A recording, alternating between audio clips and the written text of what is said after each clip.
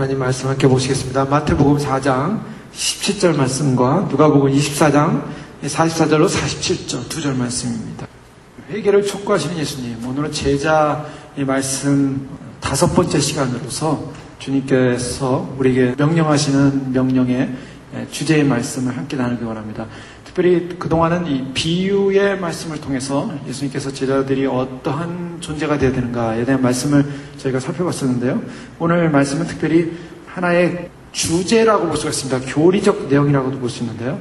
이미 우리가 살펴봤던 말씀입니다. 회개입니다. 마태복음 4장 17절 말씀에는 예수님께서 이제 첫 사역을 시작하시면서 선포하신 말씀입니다. 예수께서 비로소 전파하여 이르시되, 가장 중요한 말씀이죠. 예수님께서 무엇을 전파하셨는가? 회개하라, 천국이 가까웠느니라. 굉장히 중요한 주제입니다. 그리고 누가복음 24장에서 예수님께서 이제 제자들에게 11제자에게 나타나셔가지고 그들에게 명령을 하십니다. 지상 명령은 마태복음 28장에 나오지만, 그러나 오늘 누가복음 24장에서는 또 그의 이름으로 47절에 보면 죄사함을 받게 하는 회개가 예루살렘에서부터 시작하여 모든 족속에게 전파될 것이 기록되었을 때, 예수님께서 처음 사역을 시작하시면서 무엇을 선포했냐면 회개하라, 하나님 나라 가까웠다. 회개를 선포하셨습니다. 그 다음에 또 선포한 게 뭡니까? 죄사함을 받게 하는 회개다라고 말하고 있습니다. 그것이 바로 예루살렘에서 모든 족속에게 전파된다. 즉 예수님께서 처음에 입을 열어서 가르치시면서 외쳤던 것이 회개를 외쳤고, 하나님 나라에 들어가기 위해서는 반드시 전제 조건이 무엇인가? 그것은 회개라는 말씀입니다. 그리고 또 더 나가서 이제 예수님께서 모든 족속에게 복음이 전파되는 과정에 그 모든 족속에게 어떤 복음이 전파되냐면 죄사함을 받게 하는 회개가 예루살렘에서 시작하여 모든 족속에게 전파될 것이다. 이 말씀을 하셨습니다. 우리가 살펴보는 말씀 가운데 오늘 특별한 말씀은 저희가 주님 오심이 가까우는 이때 우리가 어떻게 하면 정말 본질적 초점을 놓치지 않고 우리가 믿음 안에서 강하게 설 수 있는가, 견고하게 설 수 있는가, 이 부분을 저희는 분명히 다져야만 합니다. 저희가 다른 걸 다 했어도 가장 핵심적인 메시지를 놓쳐버리면 우리는 주 앞에 설 수가 없는 것입니다. 많은 사람들이 주의 오심을 믿고 준비하고 왔지만 많은 사람이 잠들어가고 있습니다. 또 본질의 진리를 놓쳐버렸습니다. 핵심을 놓쳐버렸습니다. 방향을 놓쳐버렸습니다. 무엇입니까? 우리가 왜 싸워왔습니까? 우리가 무엇을 향해 가고 있습니까? 우리가 가는 목적이 무엇입니까? 바로 주님 오시는 날, 주님을 만나는 영광스러운 날입니다. 지금은 성경에 나온 모든 그 예언적 계시가 지금 다 드러났습니다.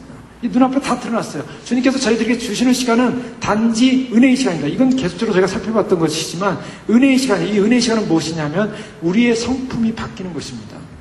그것만이 우리에게 남아있는 숙제입니다. 우리가 지금 주님 오심에 대한 사실적 진리를 모르는 게 아닙니다. 또 우리가 또 그 모든 상황들에서 판단 못하는 게 아닙니다. 지금 세상 돌아가는 모든 상황들이 다 정말 그런 위기 상황, 앞으로 올 그런 환란적 상황, 앞으로 올 적그리스도의 등장 상황, 이 모든 것이 다 지금 스탠바이 하고 있는 상황을 다 보고 있습니다. 근데 여기서 주님이 관심을 갖는 것은 누구냐면 교회입니다. 그리고 교회 중에서 누구냐면 특별히 주의 오심을 준비한 선택된 백성들입니다. 주님이 누구에게 포커스를 두고 있습니까? 이 땅 가운데서. 물론 아직도 돌아가야 될 백성들에 대한 하나님의 국민의 마음으로 그들의 마음을 두드리고 계시지만, 그러나 지금은 시간이 지나가고 있습니다. 복음의 메시지가 지금 주님 오심에 임박했기 때문에 주님 오심에 임박하는 메시지에 지금 우리는 그 정점에 와 있습니다. 우리가 성경을 보면서 성경에 예전에는 이것은 그냥 이렇게 덮고 넘어가시는 부분이었습니다. 이것은 그냥 부드럽게 넘어가는 부분이었습니다. 또 이 부분은 좀 생략할 수 있는 부분이었습니다. 그러나 지금은 그럴 수가 없습니다. 지금은 예전에 다루지 않았던 말씀들, 우리가 그냥 넘어갔던 말씀들, 우리가 그것을 간과했던 말씀들을 다 다뤄가면서 우리가 지금 무엇이 부족한가를 점검해야 될 때인 것입니다. 저희가 학생 시절 때 시험 보기 전에 어떻게 합니까? 시험을 잘 치르는 방법이 어떤 것이 있을까요?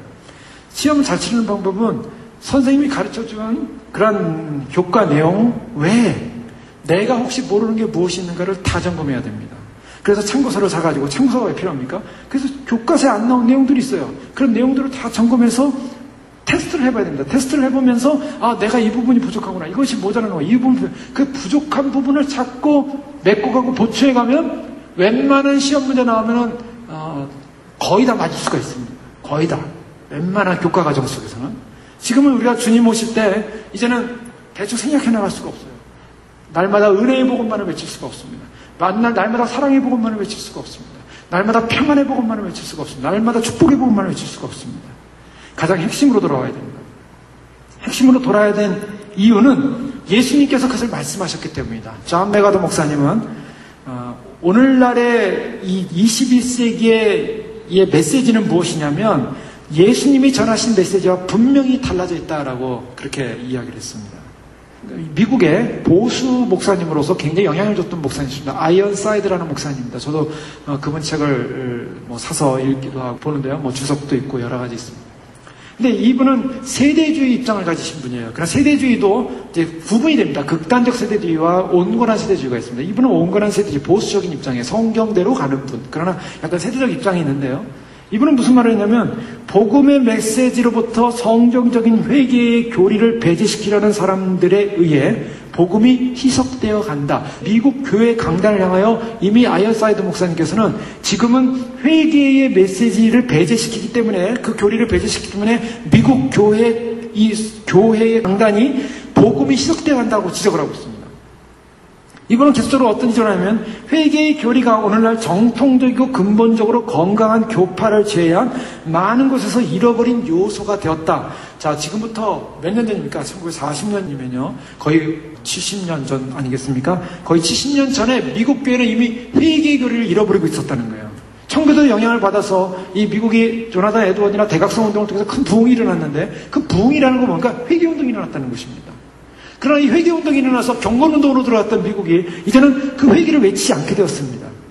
그래서 은혜를 외치는 설교자들은 마치 도덕률 폐기론자, 이 말씀이 좀 어려운데요. 도덕률 폐기론자라는 것은 무엇이냐면 성경이라는 율법을 지키는 것을 없애야 된다. 율법은 이미 죽었다. 왜냐하면 이 신학이 문제가 됐습니다.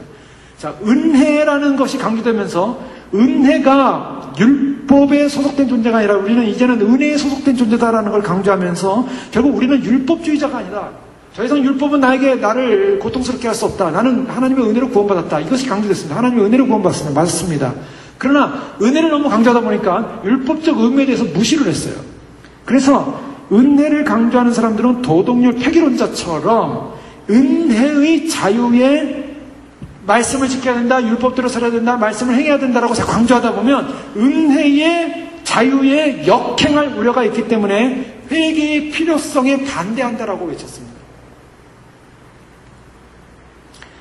그런데요, 주님께서 무슨 말씀하시냐면 누가복음 13장에 보면 이런 내용이 나옵니다. 당시 총독이었던 빌라도가 어떤 갈릴 사람들의 피를 저희의 제물에 섞은 일로 예수께 고하니, 이 말씀입니다. 이 빌라도 총독이 아주 굉장히 나쁜 사람입니다. 우리가 성경에 보면은 예수님을 십자가 못 박을 때 예수님을 좀 살려주려고 노력은 했지만요, 이 빌라도가 반유대주의로서 그는 황제로부터 불신을 받고 있었어요. 그래서 황제의 친족이었는데 로마의 총독으로 임명이 되면서 황제로부터 인정을 받고 환심을 사기 위해서 그는 반유대주의 정책을 썼습니다. 그래서 그가 총독으로 임명돼 들어올 때는 그 예루살렘 성에다가 로마 깃발을 꽂고요. 그 다음에 돼지 기름을 뿌린다든가. 그래서 유대인들을 경멸하는 행동을 많이 했던 사람입니다. 근데 이 빌라도가 갈릴 사람들의 피를 저희의 제물, 즉 제단에 드리는 제물에다 피를 섞었어요. 사람을 죽여가지고 피를 섞어가지고 한마디로 모욕하는 행위를 했던 것입니다. 이런 일을 가지고 빌라도가 이렇게 나쁜 짓을 했습니다라고 예수님께 고했더니 대답하여 가라사대 너희는 이 갈릴 사람들이 이같이 해받음으로써 못 얻는 갈릴 사람보다 죄가 더 있는 줄 아느냐? 이렇게 얘기하면서 너에게 이르노니 아니라 너희도 만일 회개치 아니하면 다 이와 같이 망하리라. 이렇게 말씀하셨어요. 여기서 예수님께서 갈릴 사람들이 그런 모독을 당하는 그 모습을 보면서 너희는 갈릴리 사람보다 더 죄가 없는 줄 아느냐? 아니다. 너희도 회개치 아니하면 이와 같이 망한다라고 하고요. 그 다음에 실로암 예를 들었어요. 당시에 실로암에 그 망대가 있었는데 그 실로암 망대가 아마 부서졌던 것 같아요. 그래서 거기에 18명이라는 사람들이 망대가 부서지면서 죽었습니다. 그러니까 사람들이요, 저 사람들은 무슨 죄를 졌길래 저렇게 갑자기 불의의 사고로 죽었습니까? 라고 얘기한 거예요. 사람들이 그렇게 볼 수 있지 않습니까? 사고에서 갑자기 죽었으니까 저 사람들은 무슨 죄가 많은가 봅니다 라고 얘기했던 거예요. 근데 예수님께서 뭐라고 말하냐면 실로암 망대가 무너져 치워 죽은 18사람이 예루살렘에 거한 모든 사람보다 죄가 더 있는 줄 아느냐? 다시 반문하세요. 즉 저들이 갑자기 사고로 죽었지만 저들이 죄가 더 많아서 더 죽은 줄 아느냐? 라고 하시면서 너희에게 이르노니 아니라 너희도 만일 회개치 않으면 다 이와 같이 망하리라. 자, 이 사람이 갑자기 세상을 떠나는 사고를 당할 수도 있겠죠. 아니면은 또 여러 가지 어려움을 당할 수도 있겠죠. 그리고 그 어려움을 당하는 것이 다른 사람보다 그 사람이 죄가 많아서 절대 아니라는 겁니다. 주님께서 뭐라고 말씀하시냐면 모든 사람에게 적용되는 메시지예요. 모든 사람이 적용되는 메시지는 모든 사람들이 진정으로 회개하지 않으면 망한다는 메시지를 하고 있는 거예요. 예수님의 메시지의 가장 중요한 핵심은 바로 여기 있습니다. 주님께서는 오늘날 이 시대를 향해서 주님께서 저희들에게 요청하시는 것이 무엇입니까? 왜 우리가 주님 오심을 준비하면서 이 부분을 우리가 다시 한번 회복하고 우리 자신이 이 부분을 생각하지 않으면 주님 오시는 날 우리도 큰일을 할 수가 있기 때문입니다. 많은 사람들이 회개를 한다고 합니다. 어떤 분은 저희 교회로 오시면서 내가 회개하러 우리 교회에 온다라고 이렇게 저한테 선언을 하시고 나오신 분이 있었어요. 그런데요, 그분이 회개를 다 이루지 못하신 것 같아요. 회개를 다 했는지 모르겠지만 한두 주 보이시고 안 보이시는데 어쨌든 그렇습니다. 회개하기 위해서 온다. 근데요, 이게 왜 회개하기 위해서 오냐 했더니 말씀을 들어보니까 회개하겠다는 생각이 들었다는 거예요. 그래서 회개가 나오더라는 거예요. 그래서 회개를 해서 우리 교회에 오는데 말씀을 듣고 내가 회개하기 위해서 온다. 근데 정말 회개를 했냐는 것이다. 회개를 누구를 위해 무엇을 위해 회개하냐는 거죠. 회개는 무엇을 위해 하고 있습니까? 자, 가장 결정적인 것은 주님 앞에 서기 위해서 회개하는 것이겠죠. 그러나 회개라는 용어를 쓸 때 회개라는 것이 단지 내가 겁이 나고 두려워서 죽을까봐 라는 정도로 그래서 그 죽음을 피하기 위해서 하나의 쓰는 도구적 방법으로 회개를 한다면 그건 진정한 회개가 아니라는 것입니다. 그런 사람들은 진정한 회개의 열매를 못 맺어요, 결국은. 자, 우리가 휴거를 볼 때도 마찬가지죠. 주님 오실 때 휴거돼야 된다. 환난이 남는 것이 두려워서 휴거를 찾는다. 사람들이 조롱하는 것이 바로 그런 부분이었습니다. 왜 환난이라고 통과 안 하고 왜 휴거라는 편한 방법을 사용하려고 하느냐? 휴거라는 것이 결단코 쉬운 방법이 아니라고 그랬습니다. 휴거되는 사람이 그렇게 많지 않을 거라고 지금 보고 있는 거예요. 휴거로 소망하잖아요, 1차적으로. 왜 소망하지 않는가? 왜 그게 소망이 되지 않는가? 왜 주님 오시는 게 소망이 안 돼요? 저는 그게 이해가 안 되는 거예요. 휴거라는 말을 빼고, 그러면 휴거라는 말을 빼고 그 위에 있으라는 사건이 뭡니까? 휴거는 어떻게 일어납니까? 주님의 오셔야 공중 강림해야 휴거가 일어나는 거 아니겠습니까? 공중 강림하시면 휴거가 일어나는데 사람들은 공중한 주님 오시는, 우리를 향하여 우리의 신랑 대신 예수님 오시는 그분을 기다리지 않는다는 거예요. 그러면 뭘 해야 됩니까? 우리 뭘 해요? 무엇이 소망입니까? 예수 그리스도 그분이 소망이 아니면 우리에게 소망이 뭐냐는 거죠. 뭐가 소망이에요? 그래서 환란에 남아야 된다. 환란에서 환란을 지내기 위해서는 어디로 가서 땅을 사놓고 농사를 져야 된다 그래요. 농사를. 그런데요, 그 농사를 얼마나 지겠습니까? 물론 지금 같은 환경이라면 농사를 어느 정도 질 수도 있겠어요. 그러나 전쟁이 일어나고 기근이 일어나고 그 다음에 태양이, 요한계시록 보십시오. 태양이 빛을 잃고 달이 빛을 잃어요. 3분의 1이 빛을 잃어요. 그래서 곡식들이 안 됩니다. 지금의 태양빛으로도 지금 곡식들이 안 되는 판인데, 지금 조그만 기후변화를 위해서 곡식들이 안 되는데, 지금 지상의 태양의 3분의 1이 빛을 잃는다 그랬어요. 게다가 엄청난 재난들이 쏟아집니다. 지진에다가 또 자연적인 그런 그 혹성이 오고, 이런 엄청난 시대, 환란 시대를 우리가 상상할 수 없는 시대입니다. 이미 말씀드렸지만 환란은 심판이에요.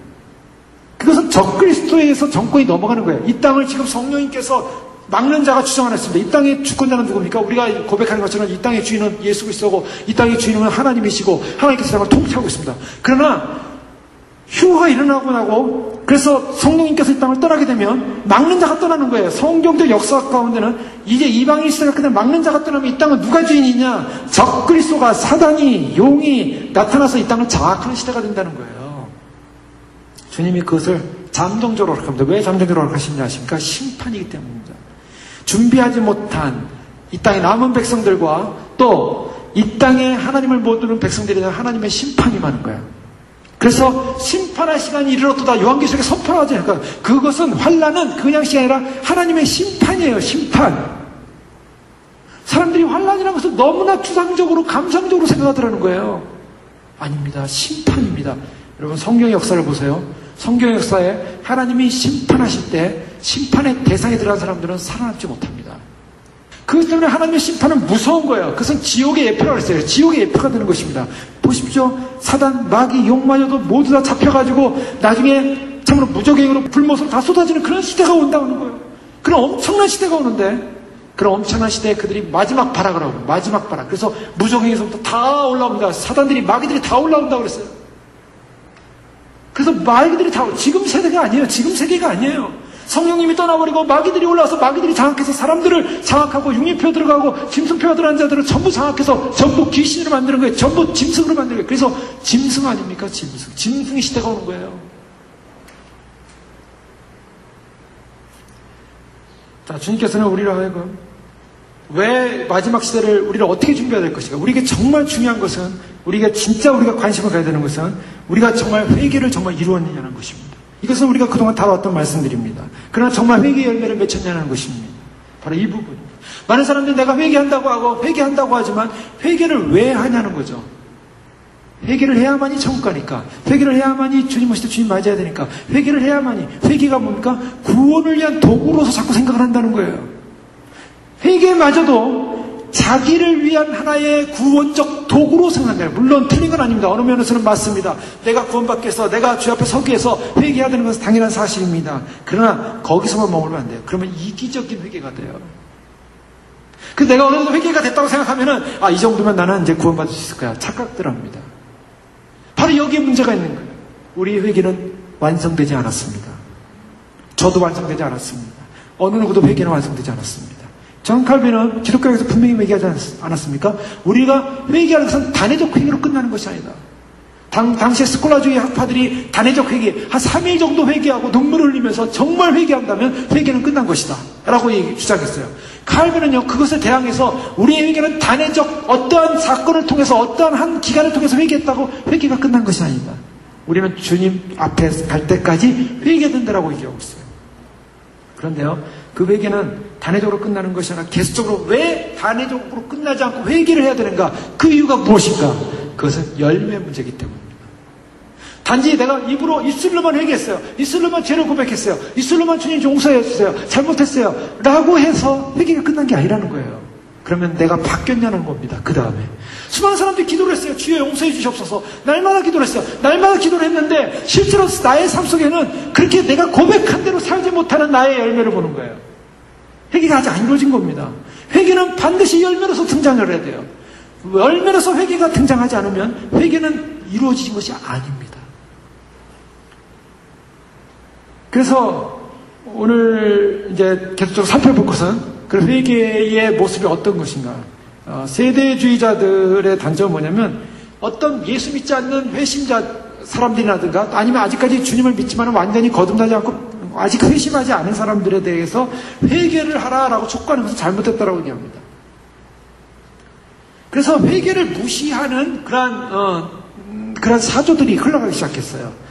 어떤 이들은 생각 속에는 성경은 구원을 위해 회개를 요구하지만 회개는 죄에서 돌이키는 것이 아니고 사람의 행동이 바뀌는 것이 아니고 성경적 회개는 하나님, 그리스도, 죽은 행위 또는 죄 등과 관련해서 전혀 그와 상관없이 우리의 마음의 태도만을 좀 바꿔주면 된다라고 얘기하고 있어요. 마음의 태도만을 좀 바꿔주는 거예요. 자, 거기까지가 회개래요. 토마스 컨스탑이라는 달라스 신학교 교수님인데, 이 사람이 어떤 얘기를 하냐면, 회개는 사람의 마음을 바꾸는 것입니다. 즉 사람의 삶이 바뀌는 것을 의미하지 않습니다 라고 얘기했어요. 자, 회개가 어디냐? 사람의 마음만 바꾸면 된대요. 그리고 삶은 안 바뀌어도 된답니다. 자, 요가 회개다. 이 마음적으로 보이지 않는 형이상학적인 어떤 마음의 변화가 일어나면 회개가 일어났다는 거예요. 삶은 상관이 없다는 거예요. 거짓 회개가 뭔가? 회개는 죄에서 돌이키거나 자기를 부인하는 것과는 관련이 없습니다. 개인의 죄를 깨닫거나 하나님께 순종한다거나 참된 의를 추구하는 것이 전혀 없습니다 라고 하는 것이 회개다라고 얘기치는 사람들이 있어요. 자, 회개라는 것이요, 이렇게 막 혼란스러워졌어요. 이것이 신학적 정의들이 일어나고 있는 내용들을 보십시오. 회개라는 것이 사람들의 편의에 의해서 마음만 바뀌면 된다, 삶은 안 바뀌어도 된다, 또 죄와는 상관이 없는 것이다, 또 마음과 태도만 바뀌면 된다, 전부 이렇게 바꿔버렸어요.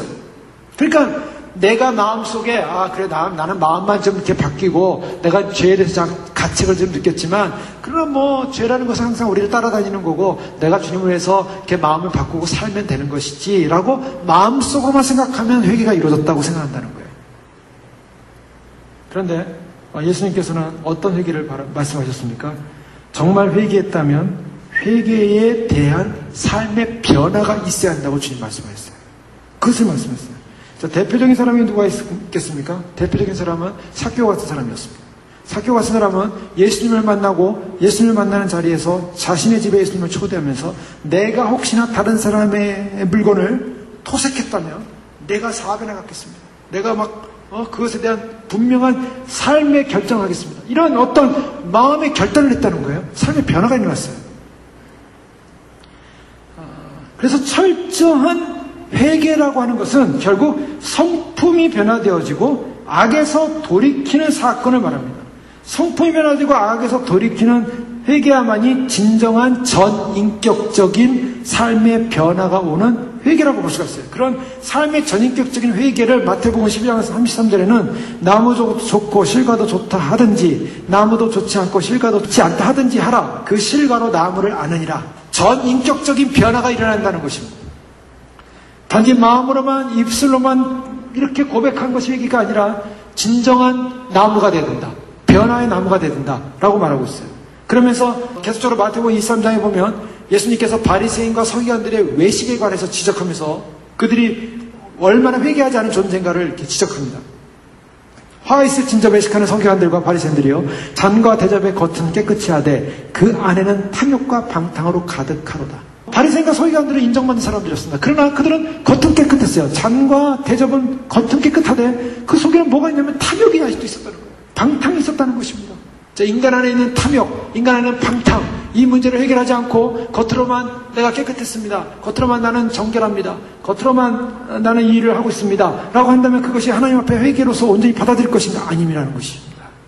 소경된 바리새인아 너는 먼저 안을 깨끗이 하라. 그리하면 겉도 깨끗하리라. 주님께서 말씀하시면 우리 안에 있는 본질적 인격적 변화가 있어야 한다고 말씀하고 있어요. 화 있을 진저 외식하는 서기관들과 바리새인들이여 회칠한 무덤 같으니 겉으로는 아름답게 보이나 그 안에는 죽은 사람의 뼈와 모든 더러운 것이 가득하도다. 여러분 가만히 보십시오. 우리 안에 뭐가 있습니까? 내 안에 뭐가 있습니까? 내 안에 거룩함과 정결함이 있습니까? 아니면 내 안에 수많은 죽은 뼈와 더러운 것으로 가득 차 있습니까? 주님 우리의 속을 깨끗이 하라고 말하고 있습니다. 그러면서 그것을 깨끗이 하는 속을 깨끗이 하는 것으로 끝나는 그런 깨끗한 존재로서의 삶을 살라고 말씀하고 있어요. 마가복음 7장 15절에 16절에 무엇인지 밖에서 사람에게 들어가는 것은 능히 사람을 더럽게 하지 못하되 사람 안에서 나오는 것이 사람을 더럽게 하는 것이야. 본질적으로는 우리가 우리 내부적으로 안에서부터 이미 진정한 회개가 일어난다면 진정한 정결함과 진정한 거룩함과 진정한 변화와 인격적 삶의 변화가 일어나야 되고 우리가 어떤 나무로 변화되어야 될 것인가에 요청을 하고 있다는 것입니다. 심지어는 주님께서 마태복음 5장에 보면 우리가 산상수훈의 말씀을 살펴보지 않았습니까? 주님께서 마태복음 4장에 회개하라 천국이 가까웠다라고 마태복음 5장부터 산상수훈을 시작하는 장면을 보게 되는데요. 마태복음 5장부터 주님께서 말씀하시는 것 가운데 특별히 회개의 열매를 맺힐 것은 뭐냐면 만일 내 오른 눈이 너로 실족해 하거든 빼어버리라. 내 백체 중에 하나가 없어지면 온몸이 지옥에 던지우지 않는 것이 유익하다. 굉장히 무서운 말씀하시지 않습니까? 얼마나 주님께서 그런 부분을 강조하고 있냐면 예수님의 말씀에 들어오면요. 우리가 우리의 몸에 죄를 갖고 있는 그 존재 자체가 그것을 가지고 지옥불에 떨어지는 것보다 그것을 아예 없는 게 낫다는 정도로 주님은 강력하게 요청하고 있다는 거예요. 주님은 우리의 삶의 모습을 완전히 전존재적으로 바꾸지 않으면 안 된다는 것입니다. 많은 사람들이 좁은 문에 대해서 얘기 들었습니다. 좁은 문을 살펴봤습니다. 좁은 문이 뭡니까 도대체? 사실요, 좁은 문은 다른 말로 하면요, 더 쉬운 말로 다시 한번 재해석해보면 좁은 문은 회개의 문입니다. 사람들이 사실은요, 회개하기가 잘 쉽지가 않아요. 회개가 잘 안 돼요. 왜 좁은 문으로 못 들어갑니까? 사람들은 넓은 문이 뭡니까? 넓은 문은 자아의 문이에요. 그렇게 살펴봤던 자아의 문이에요. 저희가 계속적으로 산상수훈을 통해 살펴봤던 말씀, 이 자아야말로 우리의 원수입니다. 정말 원수예요. 천국을 가게 하는, 그리고 마귀의 밥이 되게 하는, 타락시키는 가장 우리의 강력한 원수는 자아예요. 자아를 만족시키고자 하는 인간의 욕망, 이것은 아주 너무나 끈질깁니다. 자기 만족, 자기 인정, 자기 해피, 그 자아를 높이고자 하는 그 마음을 버리지 못하기 때문에 결국 그리스도 앞에 헌신이 일어나지 않는 거예요. 그리스도 앞에, 주님 앞에 진정으로 주님을 나의 왕으로 모시지 못하는 것입니다. 나는 죽고 그리스도가 사셨다는 그 고백을 하지 못하는 거예요. 왜? 자아가 있는 이상 그리스도는 살 수가 없어요, 우리 안에. 이 자아가 가장 무서운 원수입니다. 그래서 좁은 문으로 들어가라. 멸망으로 인도하는 문은 크고 길이 넓어. 그리로 들어가는 자가 많고. 많은 사람들이 가는 길이 뭡니까? 다 자아의 길이에요. 다 자기의 길이에요. 생명으로 인도하는 문은 좁고 길이 협착하여 찾는 이가 적음이라. 더 이상 협착한 문을 원치 않아요. 더 이상 좁은 문을 원치 않아요. 더 이상 좁은 길을 원치 않아요. 많은 사람들이 사실은 좁은 문이 좋다는 건 알아요. 좁은 길이 가야 할 길이라는 것도 알아요. 그렇게 해야 된다는 것도 알아요. 그런데 실상 그렇게 살라고 하면은, 그렇게 결정하라고 하면은 사람들은 나는 아니에요. 나는 편한 길 가겠어요. 나는 좋은 길 가겠어요. 나는 넓은 길 가겠어요. 나는 상황과 조건이 이래서 나는 넓은 길로 가야만 합니다. 그러나 좁은 길이 좋은 건 알아요. 문제는 뭐예요? 찾는 이가 적으니라. 적습니다. 마지막 복음이요. 이 마지막 복음에서 많은 사람들이 깨어났다고는 하지만요, 깨어났는데 이 길대로 끝까지 가는 이가 적은 거예요. 이게 어려운 겁니다. 그럼 아예 깨어나지 말든가, 아예 깨어나지 아예 모르든가. 그러면은 아예 모르면 모르기 때문에 저렇게 사는구나라고 알 수가 있어요. 그런데 깨어났다고 합니다. 안다고 합니다. 마지막 길을 안다고 합니다. 주님 오시면 안다고 합니다. 그런데 자기 길을 가요.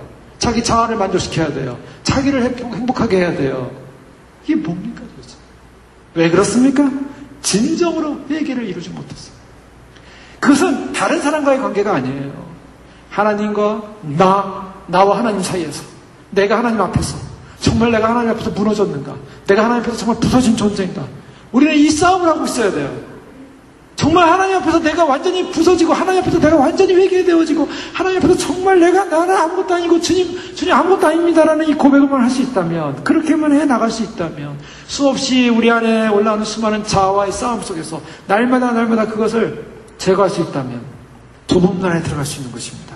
누구든지 사람 앞에서 나를 부인하면 나도 하늘에 계신 내 아버지 앞에서 저를 부인하리라. 내가 세상에 화평을 주러 온 줄로 생각지 말라. 화평이 아니여 검을 주러 왔노라. 내가 온 것은 사람이 그 아비와 딸이, 어미와 며느리가 시어머니와 불화하게 하려 함이니, 사람의 원수가 자기 집안 식구리라. 아비나 어미를 나보다 더 사랑하는 자는 내게 합당하지 아니하고, 아들이나 딸을 나보다 더 사랑하는 자도 내게 합당치 아니하고, 또 자기 십자가를 지고 나를 쫓지 않는 자도 내게 합당치 아니하니라. 자기 목숨을 얻는 자는 잃을 것이요 나를 위하여 자기 목숨을 잃는 자는 얻으리라. 주님이 이런 말씀하셨어요. 회개의 열매는 무엇인가? 회개의 열매는 무엇인가? 진정으로 우리가 회개를 통해서 예수 그리스도를 만났다면 우리의 삶의 존재적 우선순위가 바뀌는 것입니다. 그런 삶을 살다 보면은 때로는 갈등이 일어날 수 있어요. 물론 여기서 말씀하신 이 말씀은요, 주님이 이 가족을 파괴시키려는 말씀이 아니에요. 이 말씀의 핵심이 뭡니까? 이 말씀의 핵심은 가족 간의, 가정 간의, 사람과의 관계 안에 파괴를, 주님은 화평을 주러 오신 분이죠. 평화를 주러 오셨죠. 그래서 하늘의 영광 땅에는 평화 외치지 않으셨습니까? 예수님은 평화의 주님이에요. 그러나 주님께서 화평을 주러 온 것이 아니라 검을 주러 왔다는 말씀은 무엇입니까? 이것은 진리 앞에서의 문제라는 거예요. 진리 앞에서. 우리가 진리 앞에서 타협할 수 없는 하나님의 관계, 하나님과 나와의 관계, 그래서 어떠한 나와 하나님과의 관계 속에서 나의 중심에 가장 중요한 그 존재가 어떤 것도 들어와서는 안 된다는 겁니다. 자, 이것이 회개한 자의 열매입니다. 회개를 진정으로 했다면, 정말 주님을 만난다면, 주님을 만나길 정말 원한다면, 주님을 따르려면 내게 합당치 아니한 사람이 돼서는 안 된다는 거예요. 주님이 합당한 사람이 어떤 사람인가? 예수 그리스도 그분이야만 한다는 거예요. 자, 이것이 처음이요, 이것이 마지막입니다. 이것이 모든 것이 돼야 돼요. 예수님 그분이 우리의 인생과 삶에서, 우리의 모든 생애 속에서 전 존재가 아닌 이상은 주님 앞에 합당치 않다는 거예요. 이것이 무서운 것입니다. 그래서 많은 사람들이 주님 오실 때 왜 탈락하는가? 왜 주님이 외면하는가? 왜 휴고가 안 되는가? 왜 화를 납니까? 자아 문제예요. 주님이 전 존재가 안 됐어요. 바로 이 싸움을 해야 됩니다. 우리의 회개는 거기 싸움을 합니다. 나는 과연 거듭남인가? 거듭남이 무엇입니까? 진정한 회개를 통해 거듭남이 일어나는 거죠. 회개라는 것은 무엇입니까? 나의 죄가 용서함을 받는 것입니다. 죄를 고백하는 것입니다. 회개는 죄로부터 돌이키는 거예요. 뭐가 죄였습니까? 하나님이 우선되지 않은 모든 것이 다 죄예요. 하나님이 왕으로 존재하지 않는 것이 다 죄였어요. 내 인생 내가 결정하고 내가 생각하는 것도 다 사실은 죄예요. 내 시간, 내 삶, 내 모든 것, 내가 사는 것 다 죄라는 거예요. 이것을 깨닫기까지가 얼마나 많은 시간이 걸리는지 몰라요, 사실. 많은 사람들이 주님이 나에게 주신 힘으로 삽니다. 주님이 나에게 주신 부어신 힘으로 누가 삽니까? 내가 살아요, 내가. 그래서 오늘도 주님이 공급하신 힘으로 내가 삽니다. 공급하신 능력으로 내가 삽니다. 내가 일을 합니다. 내가 일을 합니다. 내가 일을 합니다. 자, 여기 중심이 누가 돼 있어요? 자기예요. 많은 사람들이 마지막 환란에 나오면서 대단한 일을 할 것이다. 대단한 일을 할 것이다. 그런 분들이 많이 있지 않습니까? 주변에도 보면 좀 그런 분들이 좀. 그런데 가만히 보세요. 하나님이 공급하신 능력으로 하는 것이 아니라 내가 벌써 디자인해놨어요. 내가 벌써 플랜해놨어요. 내가 계획해놨어요. 그게 자기 계획대로 안 돼요. 내가가 아닙니다. 내가 빠지고 오직 그리스도. 내 인생의 전존재가 주님이어야만 하는 이 믿음의 고백이 있는 것이 회개의 열매입니다. 예수 그리스도 그분이 나의 삶 속에 모든 것이 드러나는 것이 회개의 열매예요. 주님께서 데살로니가전서 1장 9절에 바울이 저희가 우리에 대하여 스스로 구하기를 우리가 어떻게 너희 가운데 들어간 것과 너희가 어떻게 우상을 버리고 하나님께로 돌아와서 사시고 참되신 하나님께 섬기며. 여기서 중요한 것은 회개의 단계를 세 가지로 사도 바울이 데살로니가 교회 성도를 말하는데 우상을 버렸다고 말합니다. 우상이 뭐겠습니까? 그들이 이교도들이 섬겼던 여러 우상들이 있었을 것입니다. 헬라 문화에 속했던 우상들이 있었을 것입니다. 그런 우상들 말고요. 보이는 우상들 말고요. 진짜 안 보이는 우상들. 안 보여서 이 안에 있어요. 이 안에 우상들이 있어요. 내 안에 우상들이 무엇입니까? 내가 정말 사랑하는 대상이 뭔가? 내가 사랑하는 존재가 뭔가? 내가 정말 가장 귀히 여기는 것이 뭔가? 그게 우상이죠. 그리스도 외에 하나님 외에 어떤 것이 내 안에 있다면 그 우상입니다. 자, 그 우상을 버려야 한다 그랬어요. 버려야 된다. 버리라는 것은요, 잠시 치워놨다가 다시 쓰는 게 아니에요. 버리는 것입니다. 그 가치성을 버리는 거예요. 그리고 하나님께로 돌아와 사시고 참되신 하나님을 섬겨야 한다고 말하고 있습니다. 자, 진정한 회개가 무엇입니까? 회개의 열매는 무엇입니까? 회개의 열매는요, 월십에 있어요. 또 한 가지. 하나님을 섬기는 것입니다. 나의 삶 전체가 하나님을 섬기는 것입니다. 우상이 던져진 그 자리에 내 안에 그리스도가 세워지고 하나님이 세워지고 하나님을 향한 그 열정, 하나님에 대한 사랑, 하나님에 대한 마음, 하나님에 대한 섬김, 헌신. 자, 회개는요, 완전히 하나님께로 돌이키는 것을 말하고 있어요. 그래서 우리가 잘 알고 있는 제임스 패커, 그 노인가드죠. 하나님을 아는 지식이요. 그 패커 목사님이 이렇게 얘기했어요. 그리스도께서 당신의 백성들에게 요구하는 회개는 백성들의 삶에서 그리스도께서 요구하시는 모든 주장을 제한하는 그 어떤 것이라도 거절하겠다는 확고한 결단이다. 말씀이 좀 어렵죠? 그리스도께서 당신의 백성들에게 요구하는 회개가 뭐냐? 그리스도가 원하는 회개가 뭐냐? 백성들의 삶에서 그리스도가 우리에게 요구하는 것이 있다는 거예요. 요구하는 거.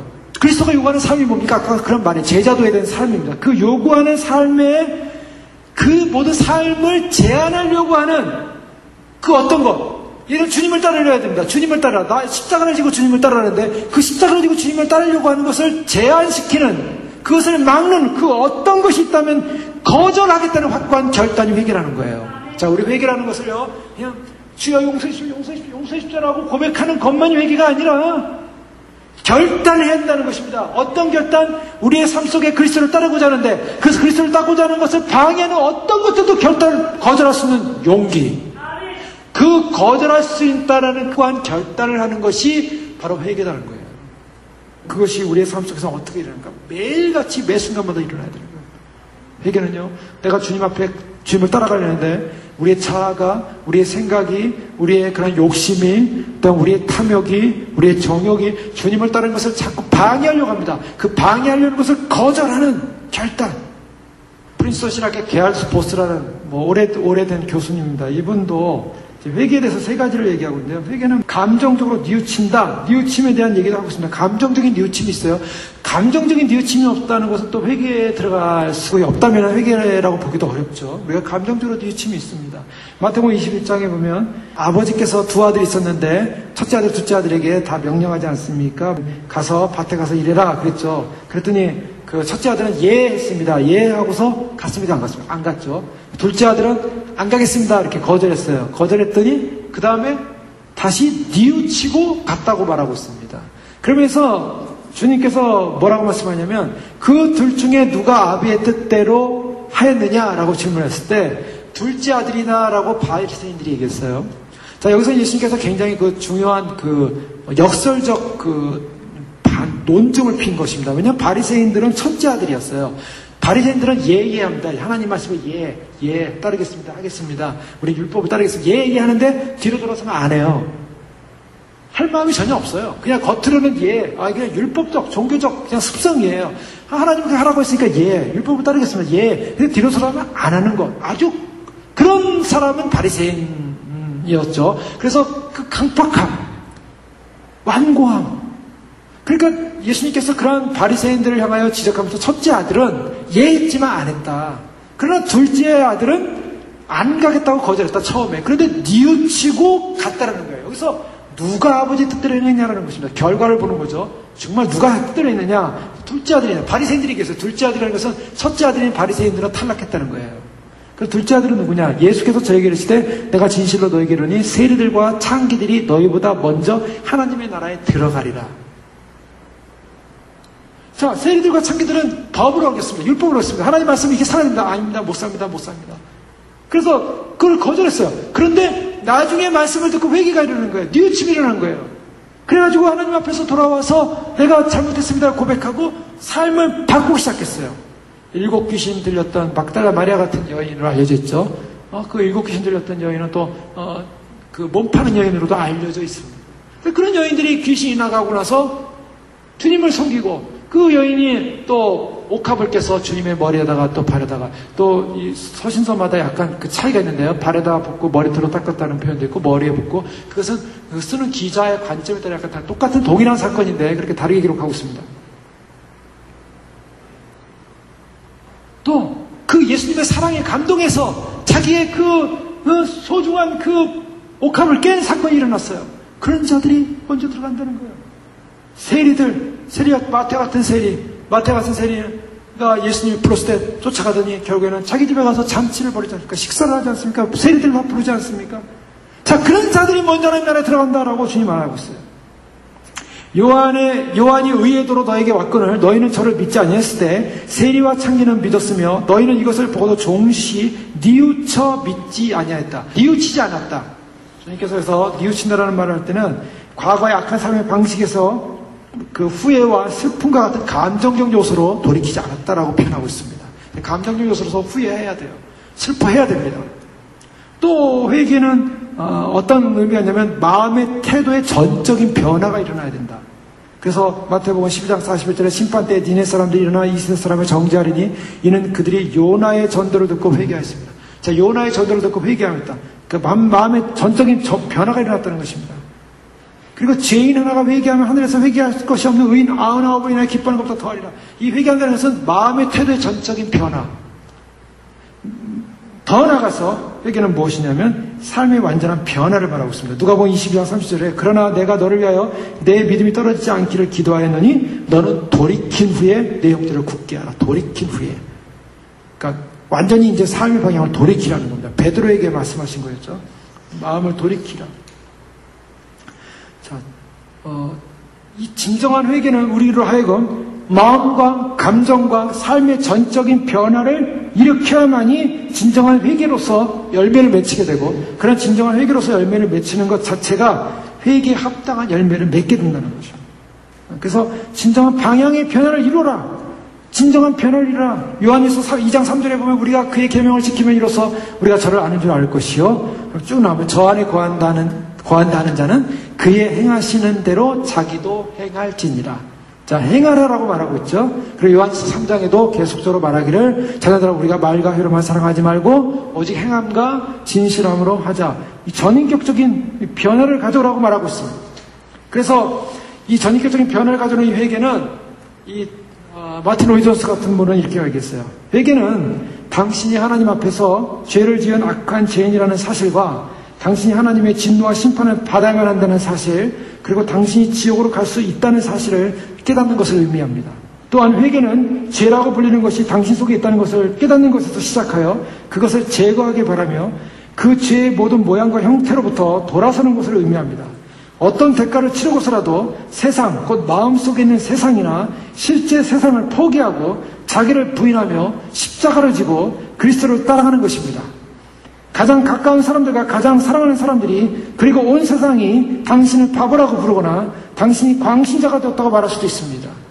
경제적으로 어려움을 겪어야만 할 수도 있습니다. 하지만 달라질 것은 없습니다. 그것이 바로 회개입니다. 즉 회개라는 것은 우리가 어떤 존재라는 것을 인식하고, 우리가 어떤 죄인이었던 것을 인식하고, 우리가 결국 죄로 말미암아 지옥에 갈 수 있다는 사실을 인식하고, 죄로부터 풀리는 모든 것으로부터 제거하기를 원하고, 그리고 모든 모양과 형태로부터 돌아서고, 그리고 어떤 대가를 치르서라도 세상, 우리 마음속에 있는 세상, 내 마음속에 있는 죄, 마음속에 있는 세상, 세상의 것들, 또한 실제 세상을 포기하고 자기를 부인하고 십자가를 지고 그리스도를 쫓는 거예요. 근데 많은 사람들이 회개를 외치면서 내가 죄를 많이 졌으니 용서해 주세요, 용서해 주세요, 눈물을 흘렸습니다. 그리고 감정적인 고백도 했습니다. 그러나 그리스도를 진정으로 그 다음에 따르질 않는다는 거예요. 그리스도를 따른다는 것은 무엇입니까? 그리스도를 따르는 데는 대가를 치러야 돼요. 그리스도를 따르는 데는 반드시 대가를 치러야 됩니다. 그 대가는 무엇입니까? 십자가라는 희생의 대가를 치러야 돼요. 마지막 때, 그래서 주님 오실 때 누가 휴거 백성이냐, 누가 신부냐, 마지막 때 주님께서 우리를 알고 신부로서의 자격이 되냐 안 되냐를 평가하실 때 이러한 십자가를 지고 주님을 쫓는 사람이냐 아니냐, 제자로서의 삶을 반드시 묻습니다. 그래서 주님이 걸으시는 거예요. 그 제자로서, 내가 희생적 존재로서 주님을 쫓기 위해서 어떠한 시선적 각오를 하고 주님을 바라보고 쫓는다면 제자로서 주님의 합당한 존재가 되는 것입니다. 그러나 주님께서 쭉 말씀하셨는데 이렇게 하지 못하면 나에게 합당치 않다라는 거기에 걸리게 되면 주님 앞에 설 수 없는 거예요. 그러니 주님 오실 때 주님 앞에 서기 위해서 우리가 휴거자로서 아니면 신부로서 합당한 존재로서 과연 우리가 설 수 있는 확률이 얼마나 많겠냐는 것입니다. 요한일서 1장 9절에 그 힌트가 나오죠. 만일 우리가 우리 죄를 자백하면 저는 미쁘시고 의로우사 우리를 죄와 사하시며 모든 불에서 우리를 깨끗게 하실 것이요. 자, 그 앞전에 뭐예요? 우리가 죄 없다면 우리는 하나님을 거짓말하는 자요. 우리 이미 배우지 않았습니까? 죄 없다면 거짓말하는 자요. 우리가 죄를 고백하면 주님께서 우리를 모든 불에서 깨끗게 하신다. 이것은 무엇이면 계속적인 반복되는 사건입니다. 우리가 죄 없다면 하나님을 거짓말하는 자예요. 우리 죄가 있어요. 그래서 주님 앞에서 날마다 그런 우리 죄를 고백하면서 우리의 주님 십자가를 쫓지 못함을 고백하면서 우리가 주님의 주님께서 말씀하신 그 기준 앞에 서지 못함을 고백하면서 자기를 날마다 죽이고 자기 자아를 죽이고 주님을 쫓아갈 때 어떤 열매가 맺히기 시작하냐. 그게 바로 마태복음 5장에 나오는 바로 심령이 가난한 자분 열매가 맺히기 시작하는 거예요. 거기서부터. 심령이 가난하고 애통하고 온유하고 우리가 살펴본 열매가 그때서 맺히기 시작하는 것입니다. 이 팔복의 열매가 맺히는 조건이 뭐냐? 회개로부터 시작하는 거죠. 철저하게 회개하고 회개하게 자기를 바꾸고, 그래서 회개의 의미는 완전한 의지의 복종과 행동의 필연적 변화를 의미하는 것입니다. 자, 저는 그것을 보고 있는 거죠. 우리는 그것을 보고 있는 것입니다. 많은 사람들이 회개를 한다고 할 때 우리는 여태까지 감정과 마음의 변화의 상태에 대해서는 우리가 개인적으로 그렇게 인정하고 아파하고 왔습니다. 그 다음에 이루어질 사건이 뭔가? 회개의 열매가 뭔가? 자, 우리 속에서부터 깨끗해지면서 그 속에서 깨끗해진 것은 겉으로 드러나면서 열매를 맺히는데 바로 그 하나님 앞에 우리의 의지의 완전한 복종이 일어난다는 것입니다. 우리의 의지의 완전한 복종. 행동의 필연적 변화. 예수님이 자기들에게 죄를 인정하고 그 죄에서 돌이키며 죄와 자아를 버리고 예수님을 따르라고 요청했다는 그 사실을 우리는 반드시 인정해야 됩니다. 그래서 이사야에서 보면요, 회개라는 부분을 다루면서요, 내적인 회개와 외적인 회개로 이렇게 발전해가는 걸 볼 수가 있습니다. 이사야 1장 16절 이하의 말씀을 보면 너희는 스스로 씻으며 스스로 깨끗하게 하여 내 목전에서 너희 악업을 버리며 악행을 거치고. 자, 여기서 보면 스스로 씻고 스스로 깨끗하게 하라고 말하고 있습니다. 그리고 선행을 배우며 공의를 구하며 학대받는 자를 도와주며 고아를 위하여 신원하며 과부를 위하여 변호하라. 그러면서 18절에 보면 그 유명한 말씀 나오죠. 여호와께서 말씀하시되 오라 우리가 서로 변론하자. 서로 이렇게 이야기하자는 것입니다. 따져보자는 것입니다. 변론하자. 너희 죄가 주홍 같을지라도 눈과 같이 지어질 것이요 너희 죄가 진홍같이 붉을지라도 양털같이 지어질 것이다. 자, 이것이 무엇입니까? 진정한 회개가 어디까지 이루어져야 죄가 씻어져요? 스스로 씻으며 스스로 깨끗하며 목전에서 악업을 버리며 악행을 그치라. 자, 그 다음에 뭐 하라고요? 그 다음에 선행을 배우며 공의를 구하며 학대받는 자를 도와주며 고아를 위하여 신원하며 과부를 위하여 변호하라. 자, 삶이 완전히 바뀌어야 한다는 거예요. 자, 여기까지입니다. 그래야만이 우리가 서로 변론하자. 네 죄가 깨끗해질 것이다. 사람들이 바로 18절, 이사야 1장 18절 말씀만 보면서 우리가 주님 변호하 우리 죄가 씻어질 것입니다. 깨끗하게 될 것입니다. 우리는 그 고백을 많이 해요. 그러나 결국 그 고백이 깨끗해지는 결과가 뭐냐? 앞에를 보면은 우리의 마음으로부터 시작해서 우리의 삶이 완전히 돌이키는 것으로 시작해서 이제는 우리의 삶의 바깥에 다른 사람과의 관계라든가 아니면 하나님 앞에서의 삶의 모습에서 진정한 공의와 의를 행할 수 있는 열매를 맺히는 삶까지를 요청한다는 거예요. 그래야지 우리 죄가 씻어진다는 거예요. 그 다음에 그것을 보충 설명합니다. 19절에 보면 너희가 즐겨 순종하면 땅의 아름다운 소산을 먹을 것이요 너희가 거절하여 배반하면 칼에 삼키우리라. 무서운 말씀입니다. 우리가 이 하나님의 말씀, 우리 자신을 깨끗게 하고 회개케 하는 이 회개 열매 맺힐 것을 순종하면 땅의 소산을 먹는데요. 하나님께서 풍성한 땅의 소산, 보호하심, 하늘의 영광의 소산, 보호하심, 이걸 주시겠다는 것인데, 만약 거절하여 배반하면, 거절한다는 건 뭐만 할까? 하나님의 약속의 말씀, 회개 열매 맺히라는 약속의 말씀을 거절하게 되면 칼에 삼키우리라. 이 형벌받 심판받는다는 거죠. 지옥 가는 겁니다. 역대하 7장 14절 말씀에 보면 내 이름을 일컫는 내 백성이 그 악한 길에서 떠나 스스로 겸비하고 기도하여 내 얼굴을 구하면 내가 하늘에서 듣고 그 죄를 사하고 그 땅을 고칠지라. 내가 만일 내 앞에서 행하기를 내 아비 다윗과 같이 하여 내가 내게 명한 모든 것을 행하여 내 율례와 규례를 지키며. 17절에 우리가 하나님 앞에서 우리가 기도하면 우리가 스스로 겸비하고 기도하면 하나님께 땅을 고치겠다고 하지 않았습니까? 우리 여기까지 말씀을 붙잡고 기도를 해요. 자, 우리가 기도합니다. 하나님 땅을 고쳐주세요. 하나님 고쳐주세요. 그리고 상황을 바꿔주세요. 그리고 죄를 사해 주시고 그 땅을 고쳐주세요 하고 기도합니다. 그런데 그 다음에 주님이 해주신 말씀 보면 내 아비 다윗처럼 행하는데 내가 율례와 규례를 지키면이라고 말하고 있어요. 자, 진정한 해결은 무엇인가? 진정한 해결하는 것은요, 하나님께로 돌아가는 것을 말하는 우리 기독교에서, 우리가 믿는 신앙에서요, 하나님께로 돌아가는 것이 회개예요. 하나님께로 향하는 것. 그럼 하나님께로 향한다는 건 뭡니까? 진정한 해결은 나의 자아를 없애고 나의 자아를 죽이고 그리스도를 따르는 거예요. 신학적으로 보면. 그러나 더 포괄적으로 보면 하나님을 따르면서 하나님의 말씀을 순종하면서 살아가는 것을 절대적으로 말하는 것입니다. 그래서 마태복음 3장 7절에 보면 사도 요한은 세례 요한이죠. 세례 요한은 바리새인과 사두개인을 향하여 회개에 합당한 열매를 맺으라고 말하고 있습니다. 누가 너희를 가르쳤습니다. 그런 진노를 피하려 하더냐. 회개에 합당한 열매를 맺으라. 그래서 회개에 합당한 열매를 누가복음 3장에서 뭐라고 말하고 있냐면요, 바리새인들을 향하여 성경들을 향하여 회개하라고 세례 요한이 기치면서 열매를 맺히래요. 그렇지 않으면 도끼로 찍는데요. 자, 회개를 마음으로 말하라고 했으니까 그 다음에 열매를 맺혀요. 열매를 맺혀요. 근데 열매가 뭔가?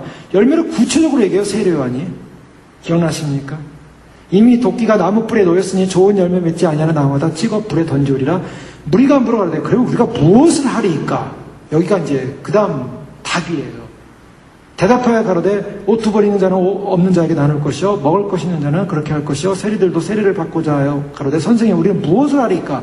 정한 새 외에는 늑증치 말라, 부가된 것 외에는 거두지 말라. 군병들도 물어가로되 우리는 무엇을 하리이까 하며 사람에게 강포하지 말며 무서워하지 말라 라고 이렇게 얘기하고 있어요.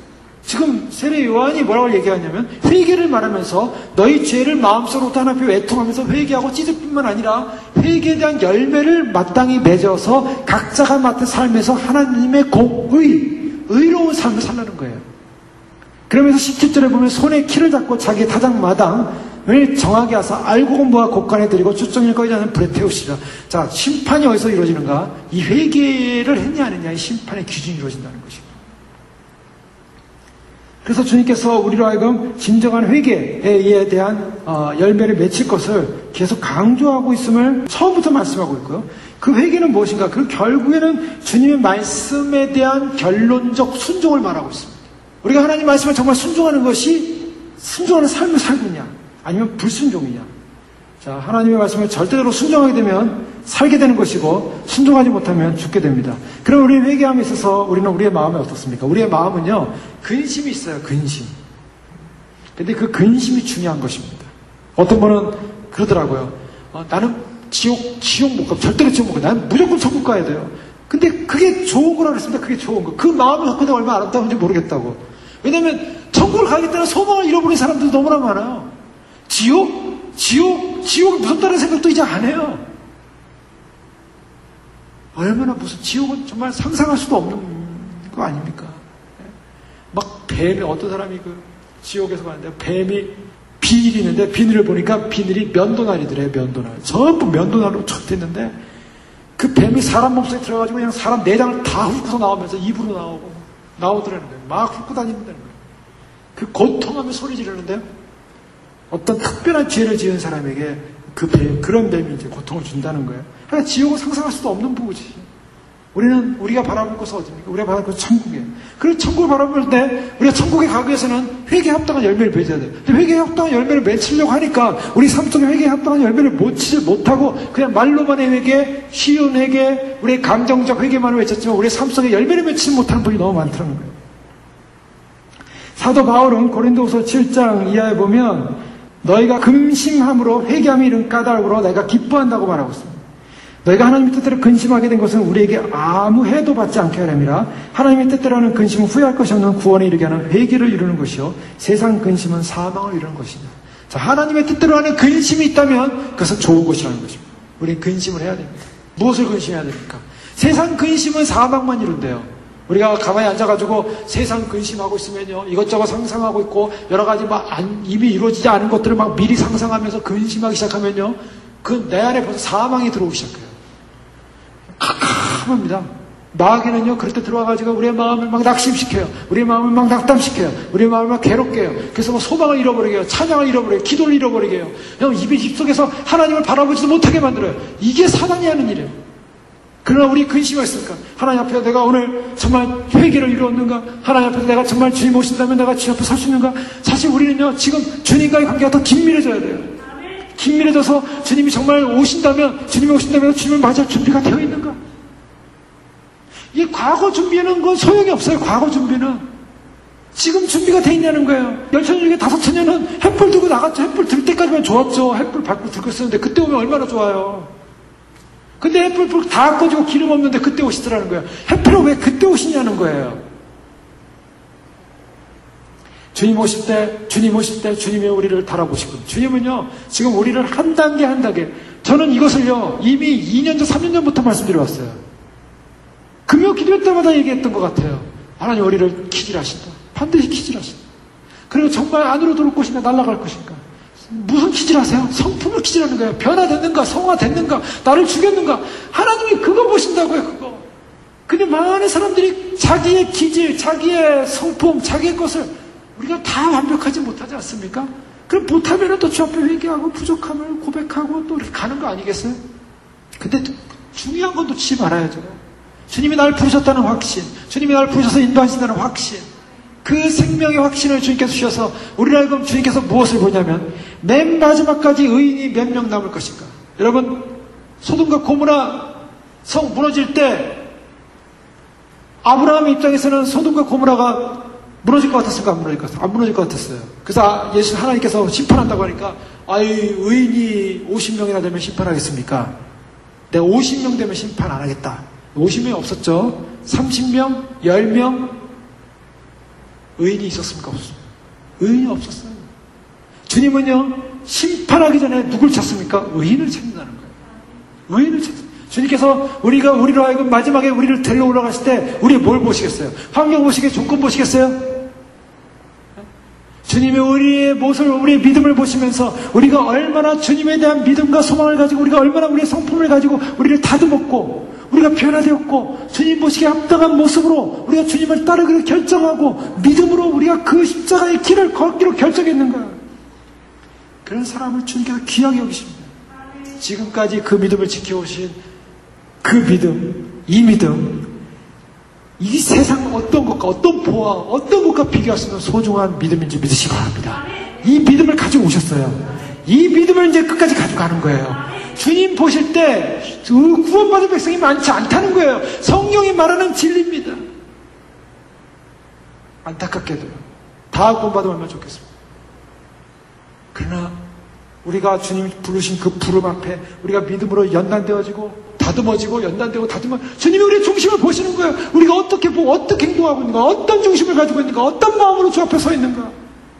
사람들이 슬퍼할 수 있어요. 잠시 슬퍼했어요. 유다도 슬퍼했어요. 유다도 슬퍼하면서 마태복음 20장 상대를 보면 때 예수를 판 유다가 그 정죄됨을 보고 스스로 뉘우쳐 마음이 뉘우쳤대요. 근데요, 마음이 슬퍼했지만 진정을 해결하지 못했어요. 진정을 해결하지 못하는 거 어떡합니까? 결국에는 미쳐버리는 거예요. 미쳐서 자살하는 거예요. 부자 청년 어땠습니까? 내가 내 마음의 중심에 그리스도를 담아두지 못했구나. 내 마음의 중심은 세상 물질에 있구나. 그것을 버리고 나를 쫓아야 되지 않겠느냐. 내가 중심이 되길 원한다. 우선순위를 바꿔라. 너의 로더십을 바꿔라. 그랬더니 부자 청년이 말씀을 듣고 근심하며 돌아가는. 마음에 슬픔이 있었어요. 근심했어요. 걱정이 있었어요. 슬픔이 있었어요. 그러나 주님을 따르지 못했어요. 여러분, 우리가 주님을 따르는 것이 여러 가지 근심도 일어날 수 있습니다. 그러나 주님을 따르는 그 근심이 우리로 하여금 주님 앞에 내가 서기 위한 그런 나의 자신을 돌이키는, 그래서 주님 앞에서 내가 정말 변화되지 못한 그런 근심을 가지고 회개의 열매를 가지고 주 앞에 선다면 주님 앞에 그 근심은 구원에 이르는 열매가 될 줄로 믿습니다. 그 근심을 가지고 나갑니다. 주님께서 그동안 믿음을 지켜오면서 끝까지 주님을 바라보는 그 믿음을 주님께서 귀히 여기십니다. 끝까지 가셔야 됩니다. 끝까지 이기셔야 됩니다. 주님의 기준 앞에 결코 떨어져서는 안 됩니다. 이 믿음 놓쳐서는 안 됩니다. 여태까지 생명 부여잡고 지켜온 믿음입니다. 근데요, 이 생명 부여잡고 지켜온 믿음이 우리 교회만, 우리만 지켜온 게 아니에요. 이것은 주님께서 약속하신 생명의 약속이에요. 많은 사람들이 이 길에 들어오지 않고 있고, 이 길에 들어오지 않고, 다 넓은 길, 편한 길, 좋은 길, 자기 살고자 하는 길 다 떠나가지만요, 좋은 길, 자기 살고자 하는 길 떠나가봤자 다 죽습니다. 방향을 잃고 헤매게 돼 있어요. 베드로전서 4장 10절에 보면 하나님의 집에서 심판을 시작할 때가 돼요. 만일 우리에게 먼저 하면 하나님의 복음을 순종하지 않는 자들이 그 마지막이 어떠하냐. 가장 중요한 게 뭔지 아세요? 하나님의 복음에 내가 순종하고, 정말 주의 약속만을 순수한 믿음으로 받아. 어린아이 같지 않고는 어린아이 같이 천국을 받들지 않고 천국에 들어갈 자가 없느니라. 전부 어린아이처럼 천국을 받들다가 나중에 어른이 됐어요. 어린아이처럼 천국을 받들 만한 가치가 없다고 생각하는 거예요. 내가 스스로 살 수 있다고 생각하는 거예요. 그 순간 무너지는 것입니다. 어린아이같이 천국을 받으십시오. 내가 주님 오심을 소망합니다. 갈망합니다. 주님께서 누구를 사랑하시겠어요? 누구를 기뻐하시겠어요? 누구를 볼 때 내 사랑하는 자녀라고, 내 사랑하는 신부라고 하겠어요? 주님을 기다리고, 주님을 사모하고, 주님을 순수하게 의지하고, 그 사람이 가진 지식, 그 사람이 가진 세상적 경험, 그 사람이 가진 모든 믿음, 그거 다 무슨 소용이 있겠어요?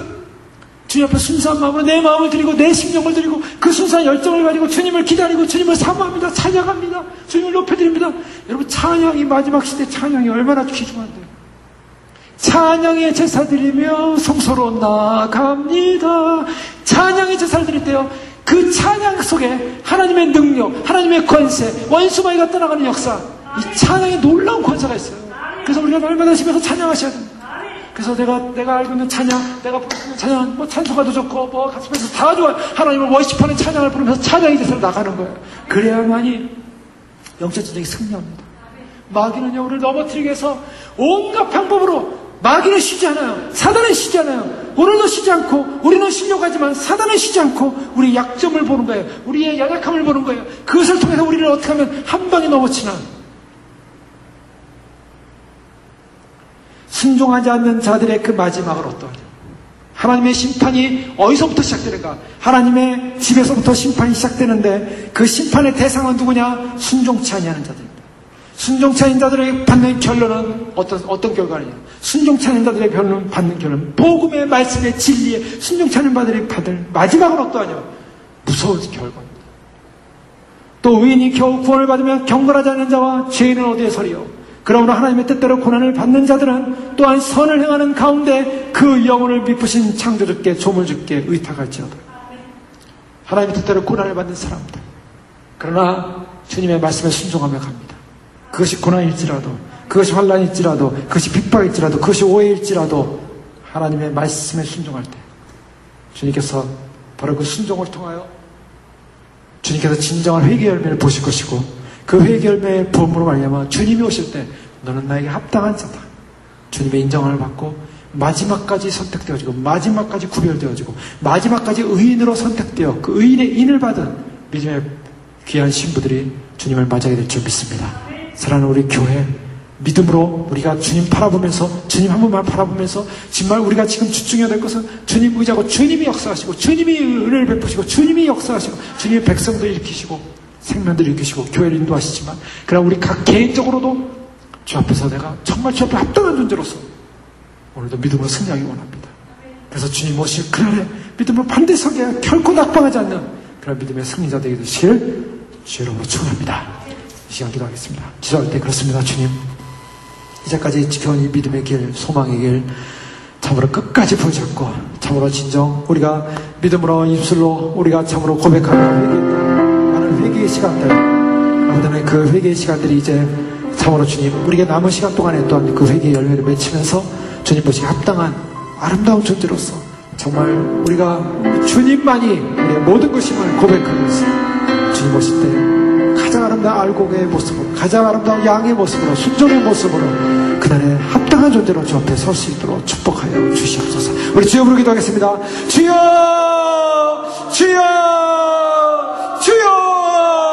아버지 믿습니다. 아버지 믿습니다. 아버지 우리를 이끄신 하나님의 놀라운 사랑 믿습니다. 아버지 하나님 참으로 이 방에 저희를 이끄신 하나님의 놀라운 은혜 감사합니다. 아버지 하나님 참으로 결코 놓치지 않는 그 사랑 앞에 진리 앞에 서서 믿음으로 주를 바라봅니다. 믿음으로 주를 의지합니다. 아버지 믿음으로 주를 의지하며 달려갈 때 하나님의 역사, 하나님의 은혜의 역사, 생명의 역사, 진리 역사 임할줄로 믿습니다. 아버지 하나님 참으로 주님 결코 빼앗길 수 없는 이 생명의 길입니다. 결코 놓칠 수 없는 이 생명의 길입니다. 아버지 하나님 참으로 주님 진정한 회개가, 아버지 하나님 참으로 주님 나를 위한 아버지 하나님 나의 접근과 나를 만족시키기 위한 아버지 하나님 참으로 천국에 가기 위한 하나님 참으로 주님 수단으로서의 회개가 아니라 아버지 하나님 진정한 회개의 열매로서 주님 보시기 아름다운 저하나님께적인 삶의 변화와 저하나님께적인 삶의 존재와 저하나님께적인 삶의 헌신과 저하나님께적인 하나의 베드레지를 귀한 열매로서 접근하기 원합니다. 주님이 참으로 주님 진정한 회개하는 믿음의 열매자들이 참으로 진정한 천국에 설 것이고 진정한 회개하는 열매자들이 주 앞에 설 것임을 말씀하시니 감사합니다.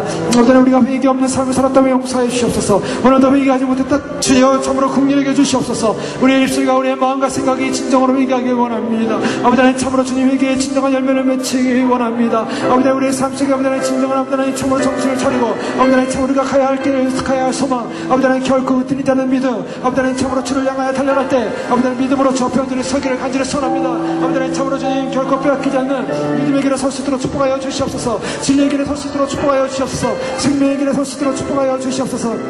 아버지 하나님 참으로 우리 모두 아버지 하나님 참으로 주 앞에서 견고하며 흔들리며 더욱 주의 일에 숨쓰는 귀한 믿음들을 이루기 원합니다. 믿음을 지켜왔습니다. 그 믿음을 주님 귀하게 여신 줄 믿습니다. 아버지 하나님 참으로 찬양의 제사를 드리며 주며 달려갈 때 아버지 성수로 달려갈 때 아버지 하나님 그 찬양의 제사를 통할 때 원수막이들 아버지 하나님 참으로 우리 공경할 수 없습니다. 아버지 우리가 천수의 찬양의 제사를 드려가며 믿음을 달려갈 때 하나님 우리를 붙들고 있음을 감사합니다. 아버지 하나님 참으로 사람들이 믿음이 떨어지고 있습니다. 아버지 하나님 진리의 길에서 떨어지고 있습니다. 아버지 하나님 무엇 때문에 아버지 하나님 참으로 자신의 가는 길을 떨어뜨리고 있습니까? 무엇 때문에 아버지 하나님 사람들은 아버지 하나님 넘어지고 있습니까? 아버지 하나님 무엇 때문에 아버지 하나님 참으로 주님 아버지 하나님 우리가 그동안 지켜왔고 그동안 우리 자신을 돌봐왔고 하나님 앞에서 우리 자신이 참으로 주 앞에서 부족하지만 아버지 하나님 주님을 붙잡고 주의 의지하고 아버지 달려온 이 믿음의 길이지 않습니까? 아버지 하나님 끝까지 달려가게 하여 주옵소서. 끝까지 놓치지 않게 하여 주옵소서. 끝까지 승리하게 하여 주옵소서. 아버지 하나님